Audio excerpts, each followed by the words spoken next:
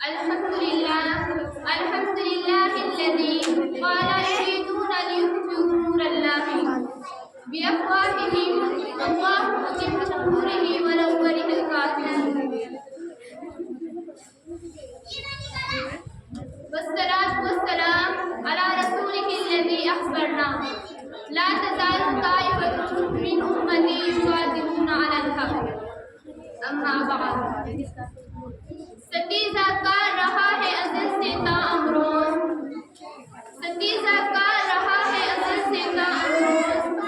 چراغ مصطفیٰ سے شرار ابو لہبی نور خدا ہے کفر کی حرکت پہ خندق زن نور خدا ہے کفر کی حرکت پہ خندق زن پھوکوں سے یہ چراغ بجھایا نہ جائے گا میری تقریر کا موضوع سخن ہے فہد بیت مقدس سلطان صلاح الدین ایوبی رحمۃ اللہ علیہ اے وقت مجھ کو کھوکھلی دیوار مت سمجھ اے وقت مجھ کو کھوکھلی دیوار مت سمجھ صدیوں سے زلزلوں کے مقابل رہا ہوں میں صدر محترم اور عزیز ساتھیوں اس شمستان عالم کا پتا پتا اور بوٹا بوٹا اس بات پر شاہد ہے کہ یہ پورے عرض ابتدا آفریشی سے حق و باطل کی رسم گاہیں پھیر و شر رہی ہے زمانہ قدیم ہی سے پھیر و شر کے معارکے بپا رہے ہیں ہمیشہ سے ہی نور و ظلمت اور کفر و ایمان باہم دست و گریباں رہے ہیں خدا کی اس سرزمین پر ایک سے ایک ہو آشنا بے رحم فرانا مجبہ برا پروان چڑھتے رہے ہیں اس صفحے گیتی پر بڑے بڑے ظالم و جابر حکمرانوں نے ظلم و جور اور جبر و تشدد کی پورے داستانیں لکھی ہیں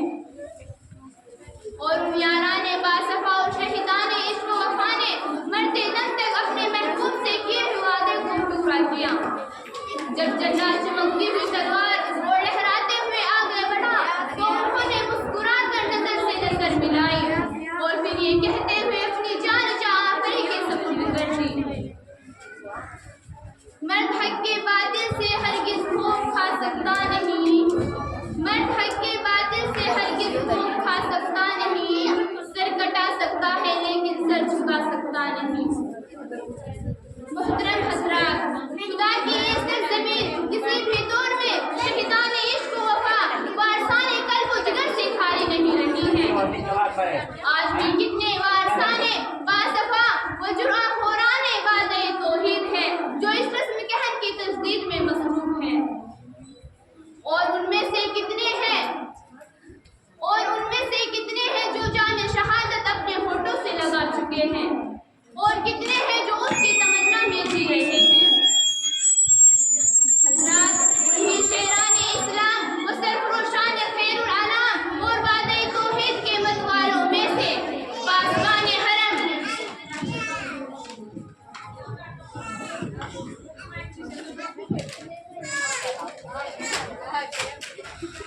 اور صاحب افو و کرم فخر ملت سلطان صلاح الدین ایوبی رحمۃ اللہ علیہ بھی ہیں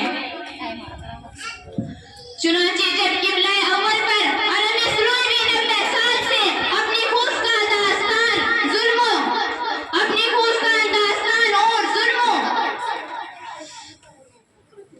اور ظلم و داستان سے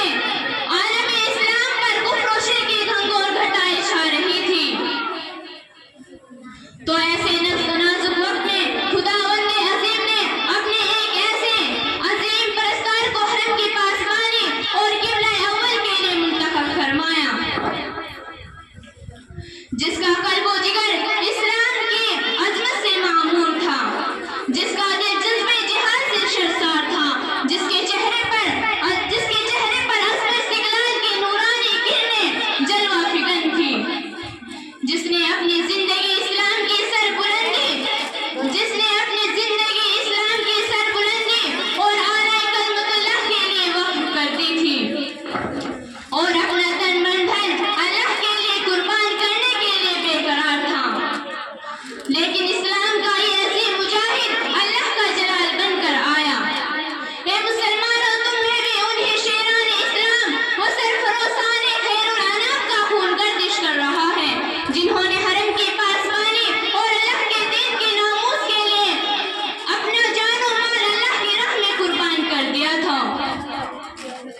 اور اٹھو نخلے باطل پر برکے بے اما بن کر گر پڑو اور خیل باطل کو حیران و ششدر کر دو. مگر یہ لوگ اپنے ضمیر کی آواز کا گلا گھونٹ کر ایمانی فروش خدا و رسول صلی اللہ علیہ وسلم سے غداری میں مصروف ہو جاتے اور یہ کہتے بابر بریش کوس عالم دوبارہ نیست. انہوں نے اسی پر اکتفا نہیں فرمایا بلکہ ایوبی رحمت اللہ علیہ کو کئی مرتبہ قاصدانہ حملہ کروائے. اس کے تخت حکومت کو الٹنے کی سازش کرتے رہے اور وقتاً فوقتاً آتش بغاوت سرسار ہوتے رہے. محترم حضرات، اسلام کا یہ روشن آفتاب جو 37 ہجری میں مقام تگریت میں طلوع ہوا تھا اور سن 579 میں اسلام کے مقام پر ایک غروب ہو جاتا ہے اور عالم اسلام پر خوفناک تاریکی چھا جاتی ہے اور پھر ہر صاحب دل کی آنکھ اس بات پر شلک پڑتی ہے کہ جس شخص کے قبض و تصرف میں پورا عالم اسلام تھا، جب وہ اس رنگ سے درست ہوتا ہے تو اس کے پاس اتنے پیسے بھی نہیں ہوتے جن سے اس کا کفن خریدا جا سکے. اے سلطان صبر و گنا، تجھ پر ہزاروں سلام. اے حرم کے پاسبان، اللہ تیری تربت کو اپنے نور سے منور فرمائے. لیکن ایوبی رحمت اللہ علیہ کی وہ بیٹی جس نے اس کو اپنے خون جگر سے سینچا تھا اور اپنے مقدس لہو سے پروان چڑھایا تھا، آج وہ ملعون اسرائیلوں کے قبض و تصرف میں جھلس رہی ہے. ایوبی رحمت اللہ علیہ نے جس امانت کو ہمارے سپرد کیا تھا، ہم اس کی صیانت و حفاظت نہیں کر سکے. آج پھر مسجد اقصی خون کے آنسو رو رہی ہیں اور کسی ایوبی کے قدم کی آہٹ سننے کے لیے بے چین و مضطرب ہیں. اے قوم مسلم، تو اب غفلت سے بیدار ہو جا، اپنے کیے پر شرمسار ہو جا اور اپنے روٹے ہوئے ماضی کو منا لے اور ظلم و ستم کے ہر شجرے بے ثمر کو جڑ سے اکھاڑ پھینک.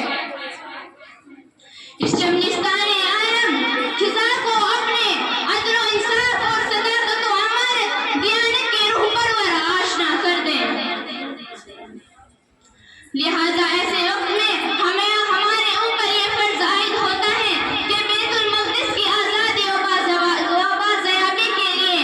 اپنی جان اور اپنے مال و متاع کو قربان کرنے کے لیے تیار ہو جائے اور اس حادثہ سنگینی کے لیے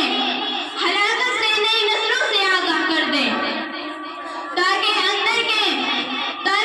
قبلہ اول کی زیادتی و بازیابی کے لیے وہی بیتابی، تڑپ اور جذبہ پیدا ہو جائے جو 6 صدی ہجری میں سلطان صلاح الدین ایوبی رحمت اللہ علیہ کے زیر قیادت مسلمانوں کے اندر پیدا ہوا تھا. یا